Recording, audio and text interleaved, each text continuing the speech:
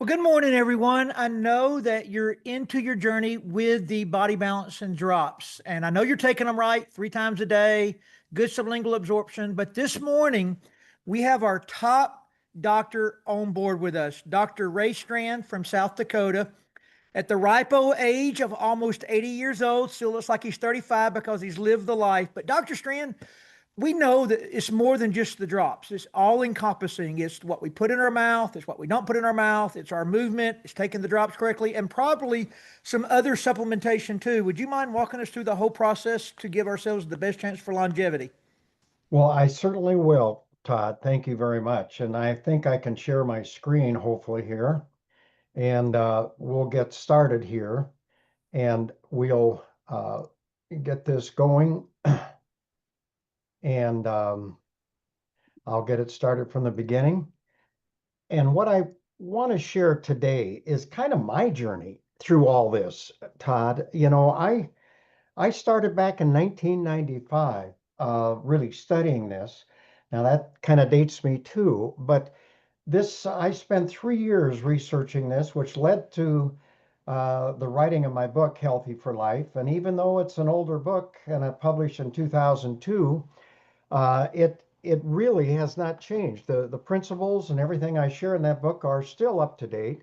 And I want to kind of go over my journey and share it with you because what I was seeing in my medical practice were people coming into me all the time trying to lose weight. That was always the incentive, the reason they were concerned because they had tried 3 or 4 different diets.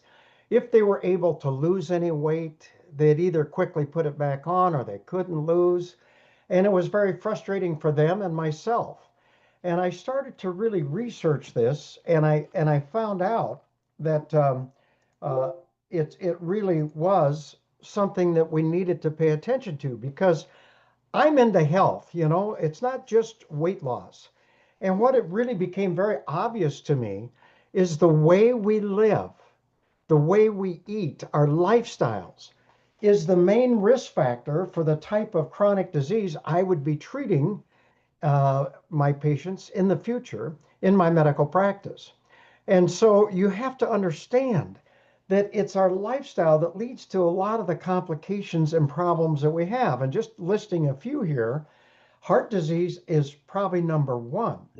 And beyond that, high blood pressure, strokes, cancer, diabetes is really the critical one, and osteoporosis. So, what I had to do was really guide my patients into understanding that we need to firmly establish healthy lifestyles that protect us.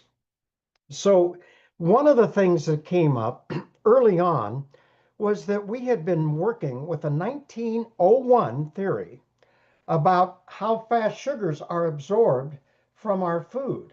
And this was a theory. I want to underline that. But it was simple sugar versus complex carbohydrates.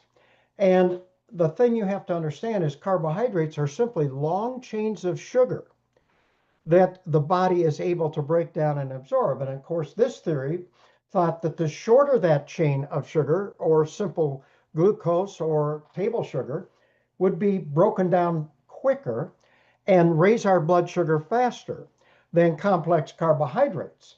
And so this theory had been out there. This is what even today our registered dietitians in the US are basing everything on.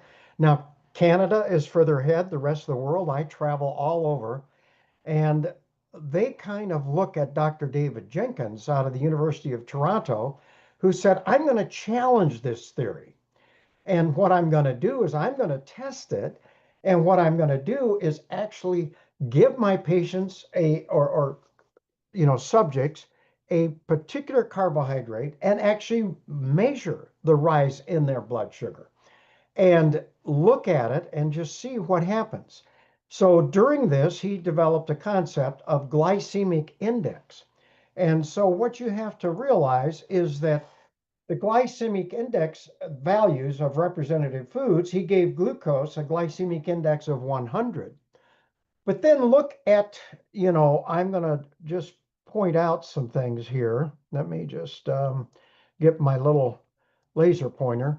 But you see the baked potato here had a glycemic index of 85, cornflakes 84. You could take all the rices, and they're in the 80s. All cereals are in the 80s. Whole wheat bread was 71. White bread was actually 70. But now look at table sugar. That simple sugar that was supposed to be high on the glycemic index is actually below all of these. So we find that bread, flour, pasta, rice, potatoes, all cereals actually spike your blood sugar faster than table sugar. But then you look at whole foods. Look at the peach, it's 28. Sweet cherries are 22. Black beans are 20. So what they did is they found that low glycemic index would be less than 55. A medium glycemic index is 55 to 70. High glycemic is greater than 70.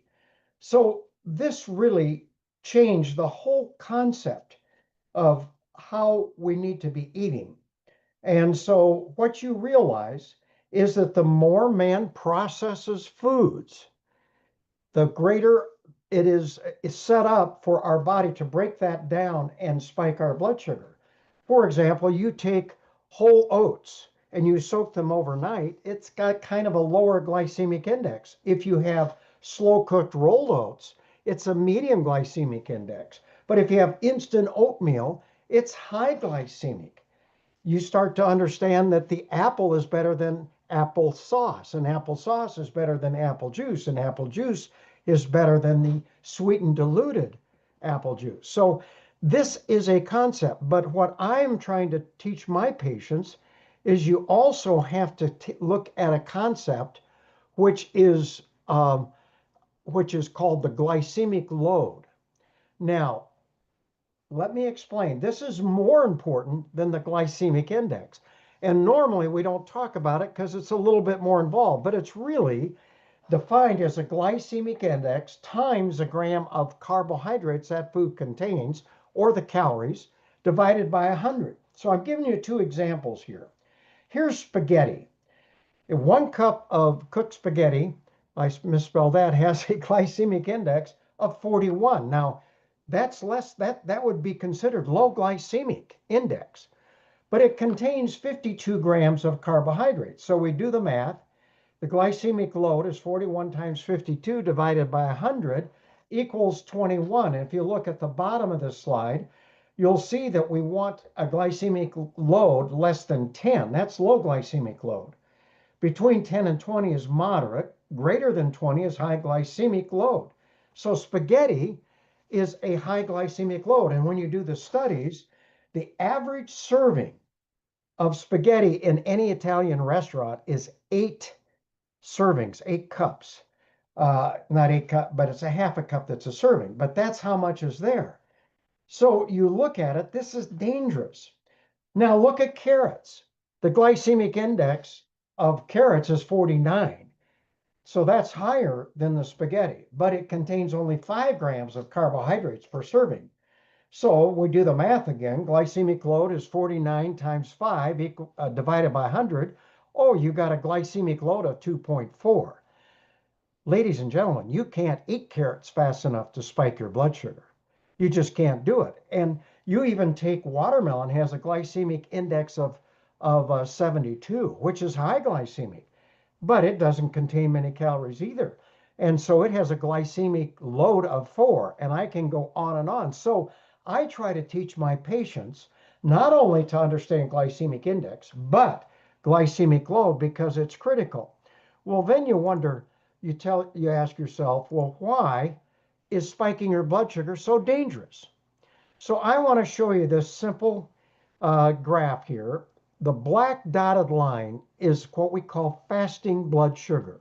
So when you wake in the morning, if you've slept 6 to 8 hours, you wake up, you have a fasting blood sugar, which is there. And since we know that 80% of the carbohydrates we consume in the US and Canada are high glycemic and have a high glycemic load.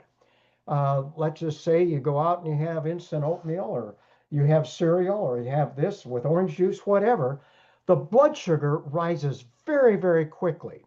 Now, the body must control blood sugars in a very narrow range. So this rapidly rising blood sugar not only causes inflammation of your arteries, we call that glycemic stress. In fact, after a high glycemic meal, your arteries go into spasm for 4 to 5 hours after that meal.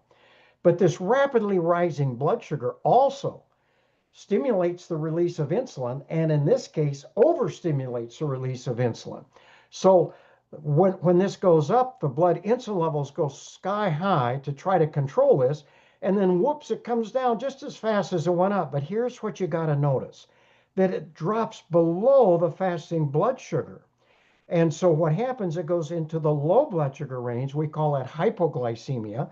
And if this were to allow to keep going down, down, down, you not only get a shaky weakness, not only get mentally confused, diabetics that are on medication can go into an insulin coma.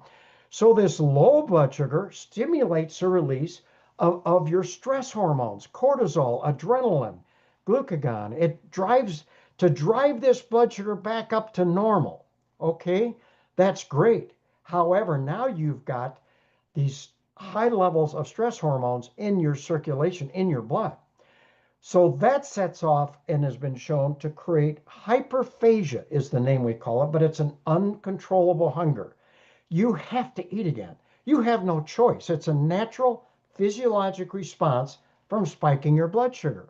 And so we usually crave another high glycemic meal, and we do this all over again. And so we're doing this over and over again, day in and day out, and we're abusing our insulin. It's kind of like hollering wolf all the time.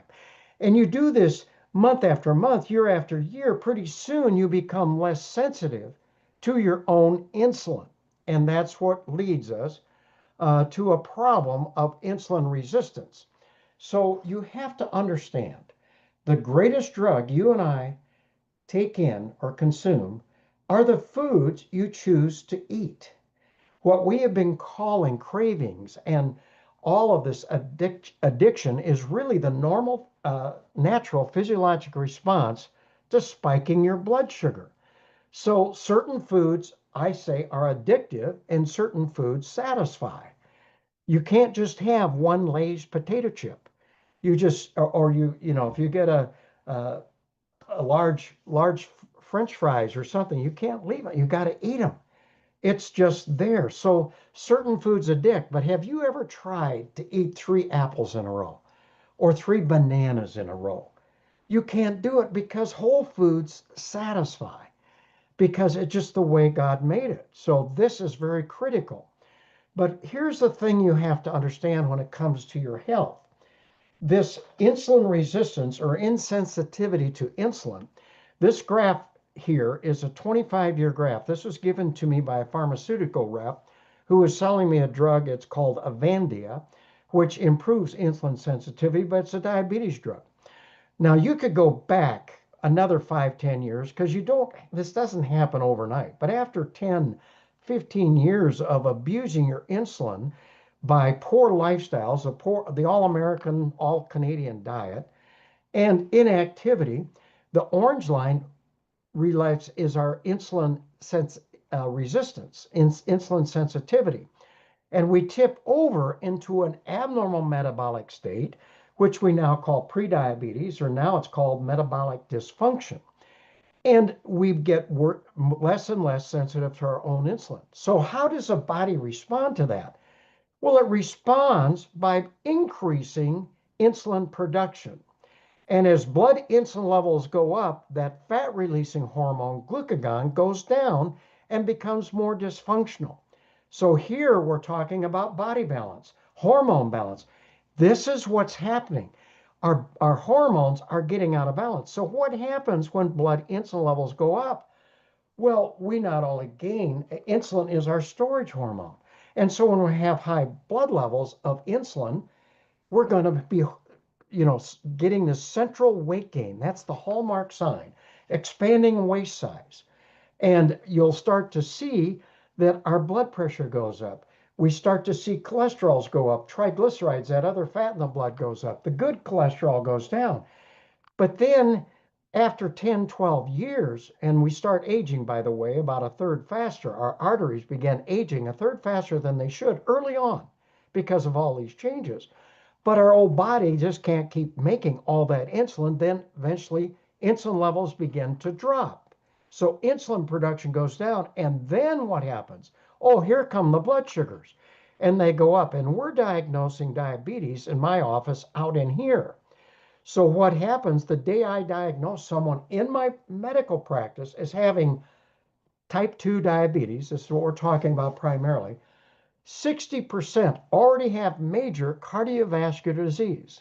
In other words, that they're set up for heart attacks and strokes. In fact, our diabetics today, 80% die prematurely from heart attacks and strokes or a cardiovascular event.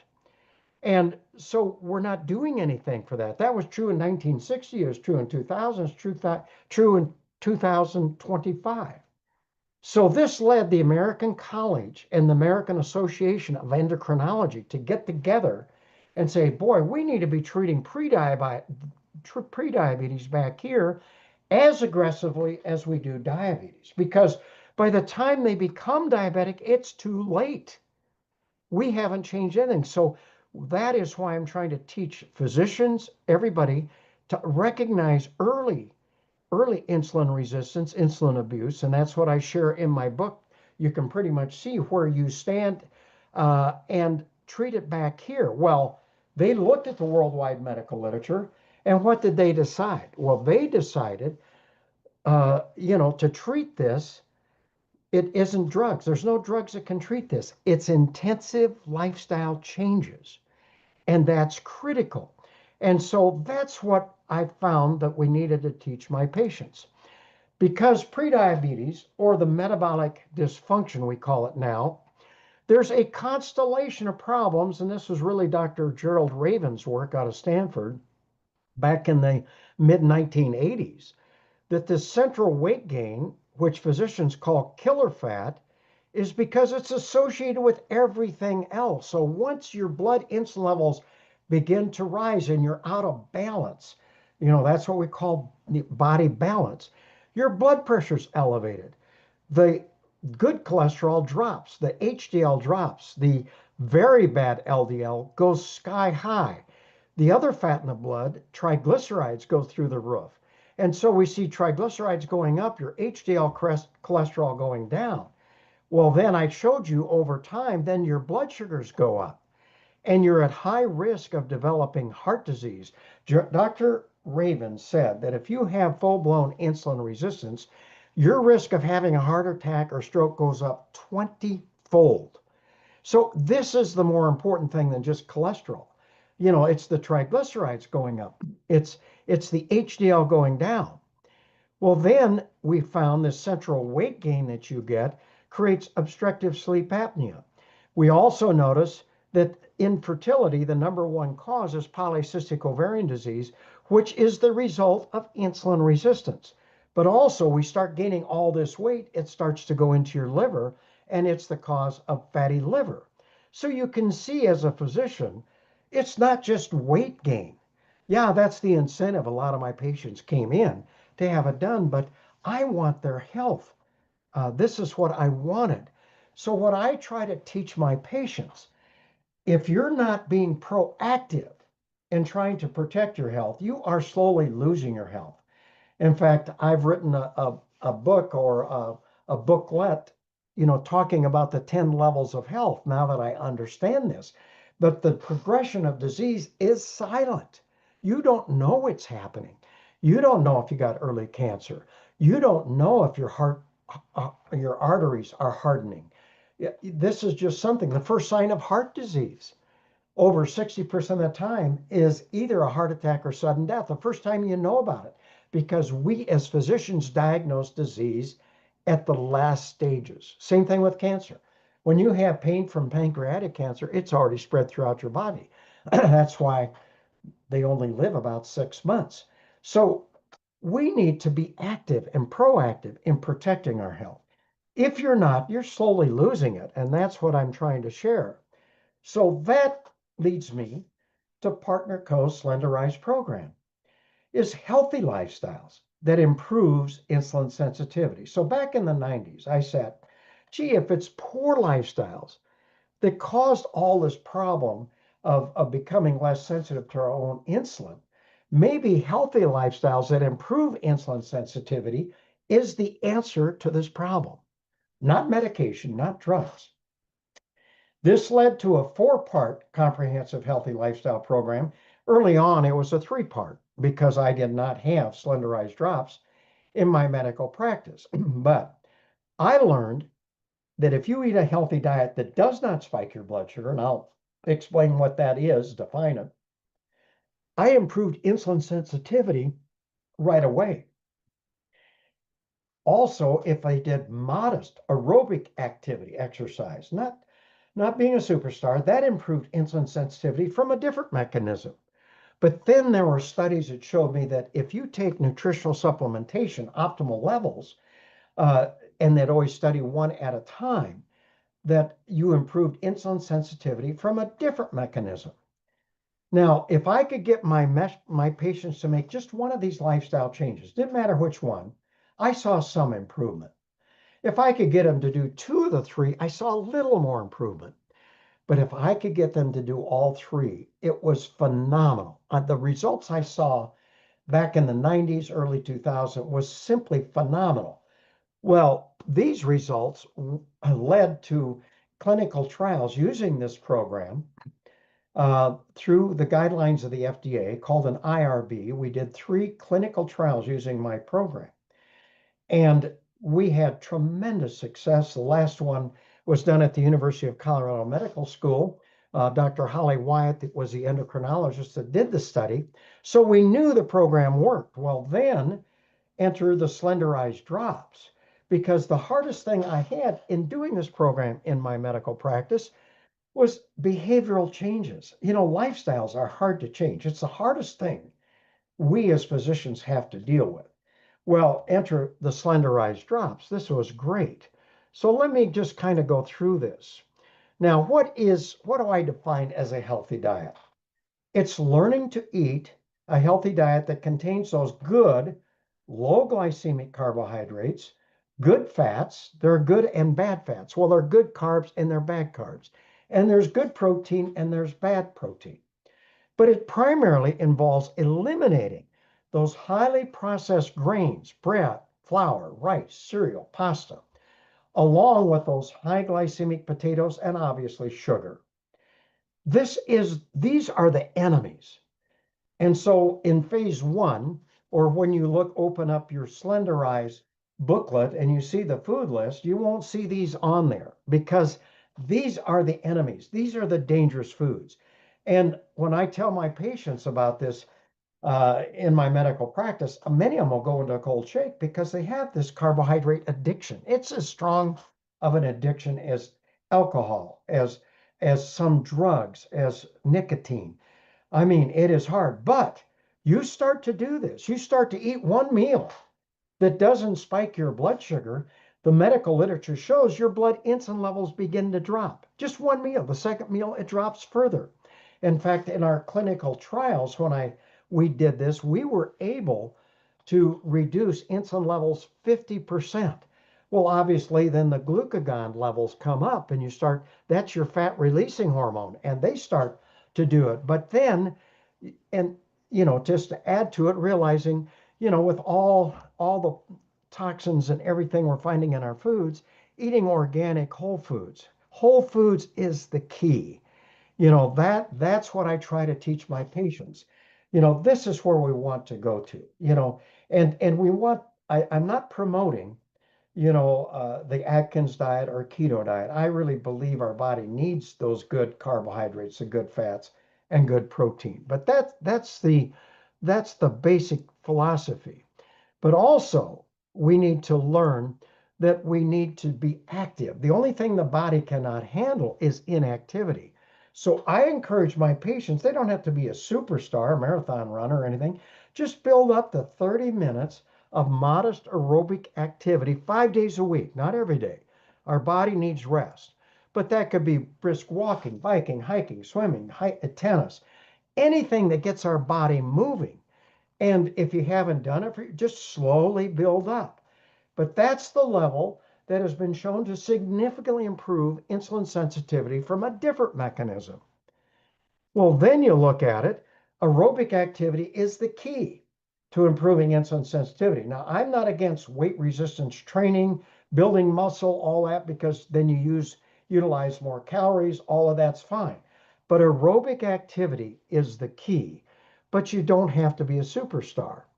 Well, then I started looking at the nutritional studies, and you got to realize that in medical literature, they study one nutrient at a time. They'll study vitamin E, they'll study vitamin C, magnesium, chromium, selenium, all grapeseed extract, but they study them one at a time. But what I learned is I want all my patients, whether they have insulin resistance or whatever, that they need to be providing all the nutrients, all the essential nutrients to the cell at these optimal or advanced levels that have been shown to provide a health benefit in our medical literature. I define that as cellular nutrition. That is why Partner Co. has the optimals. If you look in my books, I've got 2 pages which define cellular nutrition. Well, that overwhelms my patients. But I said, well, all you have to do is take 2 optimal M's and 3 optimal B's with breakfast and again with your evening meal, and you have cellular nutrition. So I want my patients to be taking nutritional supplementation as part of a healthy lifestyle. Now, my first choice would be the optimals. However, the reason is that it creates synergy. Even though these are studied one at a time, we understand that antioxidants work against different free radicals in different parts of the body. They need the so-called B cofactors, B1, 2, 6, folic acid, to do their job, but they also need the antioxidant minerals to do their job. So if you have all the antioxidants in the world, but you don't have enough selenium, the glutathione doesn't work. They work together. And the other thing that you find is you have vitamin E and you have vitamin C. The vitamin C replenishes vitamin E, so it can be used over and over and over again. If you put in alpha lipoic acid, it not only replenishes the vitamin E, but also the intracellular glutathione. So what happens is that 1 + 1 is not 2. It becomes 20, 30, or 40. So by putting them together, you have to understand the concepts of synergy, and that's what we're doing. Now, the other thing you have to realize is that MOA is a wonderful thing to take. And I have patients that just won't take the vitamins. Okay, they want a liquid. So MOA is my choice. Why? Because it contains 35 superfoods. I mean, you can look at this as a short, but not only at these optimal levels of all of the mushrooms, the shiitake, reishi, all of these mushrooms, but look at all of the superfoods that are there. And they're loaded with antioxidants that work together. So here's synergy again. Now, the other one that people look at, now let me just jump ahead here. I'm going to talk about this first. Another one is Tahitian noni juice. That's another one people go to because it provides some of the most potent antioxidants and superfoods known to man. Individuals dealing with insensitivity to their insulin must deal with higher blood sugars that can damage their bodies by attaching to proteins. And what we find, those are called AGEs, or, the other thing is that it increases aging. So the Tahitian noni juice contains high levels of iridoids, and they protect against these advanced glycogen end products. That's what AG. And not only that, it reverses it. So people might consider taking noni juice as a part of cellular nutrition. Now, what I find is what I like to do is look at if they're taking the optimals and they want to add to it, well, consider adding MOA or uh, Tahitian noni juice. Now, if they're taking MOA, then I try to encourage them, well, consider adding the optimals. Or if they're taking noni juice, consider taking the optimals. You put these together, it's like Batman and Robin. But now the fourth stage is Slenderiiz Accelerate. And these homeopathic drops contain 11 different ingredients. But several of these homeopathic ingredients actually improve insulin sensitivity from a different mechanism. They talk about releasing fat. Well, what happens, and I'll explain it here, uh, this is important. So now you've got a fourth way to improve the underlying problem of all these health issues that I talk about, and that is the Slenderiiz drops. Several of these ingredients suppress your appetite and decrease your cravings for sugars and sweets and overeating. It improves satiety. You feel full quicker. I mean, anybody who's taking these drops knows that. They feel that. But here, this is the problem. The addiction. Carbohydrate addiction is a hard thing to get people through. Now, in 5 to 20 days, people get out of this. But if you spike your blood sugar just one time, the medical literature shows you set off this uncontrollable hunger for 2 to 3 days. So you may be just craving the next day, but you look back, hey, I screwed up the day before. And others increase your metabolism, energy, focus. Others have a calming effect and improve your mood. Well, challenging lifestyles is very, very difficult. But all of these ingredients work synergistically to help balance your body and balance your hormones. So it's a great addition. And so what I do also is add the Accelerate, which contains some very important nutritional supplements along with some amazing herbs. The primary nutritional supplement is significant amounts of bioavailable vitamin B12 that improves energy and focus. The biotin improves insulin sensitivity and supports your nails, hair, and skin. Rose hips contains that highest level of the most potent form of vitamin C and help hormonal balance. But what a lot of people don't appreciate, it contains very good doses of ashwagandha and rhodiola, which are tremendous calming herbs that also help our mood, our sleep, and a lot of people notice, man, this has just taken my anxieties away. And so here we have Slenderiiz and Accelerate. And what I have found in my medical practice, what used to take me 12 weeks to accomplish, all of a sudden now I can do in 6 weeks. Or in my diabetics, I just tell them it takes 18 to 24 months to get the full benefit. Now I can get that in around 8 or 9 months.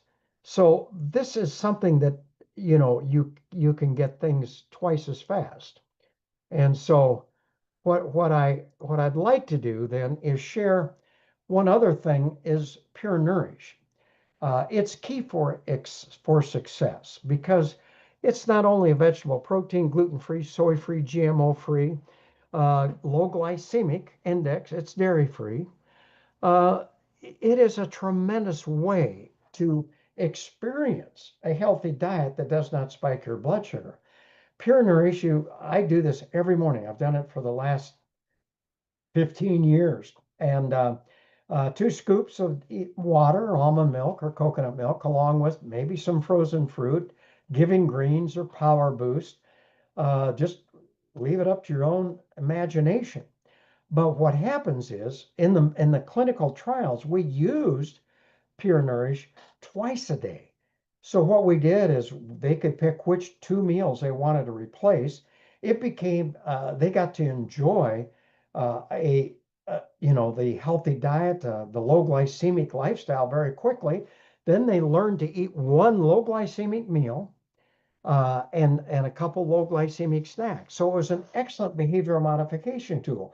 So if you're jumping into this, consider PureNourish as a great way to help you through, especially the early stages. So let me just kind of go back to review. So what we found is that, when you tip over into this metabolic dysfunction, you start to get hormonal imbalance. So blood insulin levels go up. The glucagon, fat releasing hormones go down. But remember the way you eat, your stress hormones, adrenaline, cortisol are high. We're totally out of balance. So by combining these healthy lifestyles, diet, exercise, nutritional supplementation, we can improve insulin sensitivity. In the medical trials, within 12 weeks, we dropped blood insulin levels 50%. Many of them, the majority, actually tipped back into a normal metabolic state. And as these came down, blood pressure was healthier. The lipid profile, cholesterols got better. The triglycerides dropped. They got better. Blood sugars improved. And they began releasing fat. My patients who did this program said, Dr. Strand, what's so hard about never going hungry, feeling great, having more energy, more focus, and jeepers, seeing I'm losing weight and I'm not even trying, and my health parameters improving. My blood pressure is improving. My lipid profile, my blood sugars. How exciting is that?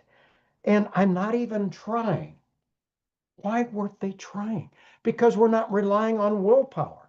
We're correcting the underlying root cause of all this problem. And all those the problems that come from insulin resistance. You look at that, how many drugs people take for that, and 60% of the medication that is prescribed today has been just to that, the metabolic dysfunction. So anybody who's going to challenge this, and look at it, I want you to consider getting my book, Healthy for Life, which now is on Amazon. You can now get the printed copy. You can get the Kindle property. Just put in Dr. Ray Strand, Healthy for Life. Uh, in the book section, this will come up. I've got them priced really down, but I spent 3 years researching this before I wrote this book, and I detail everything. So, the one thing that I have done as a physician is my patients come to me and says, Dr. Strand, if I'm going to, you know, commit my life to become more proactive in protecting my health and spending my time, my money, my effort, I want to know it's going to be clinically effective. That's why I've done all this for the last 25, 30 years, is I want my patients to know that it's clinically effective. But you've got to understand this. This is the educational part. Now, you got to go through and have support of the team, and that's what's beautiful about what Todd Rowland's done. Other groups have really done it well.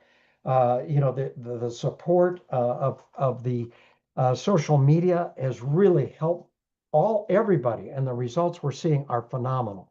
But this gives you the information, and it's a guideline, and it will affect your health because you'll look at it and say, "Hey, I got that right. I got that. Oh, I didn't know this. I didn't know that." That is really something that you really need to know. So anyway, I wanted to end there. I'll stop sharing uh, my website and turn it back to you. And but hope you enjoyed that.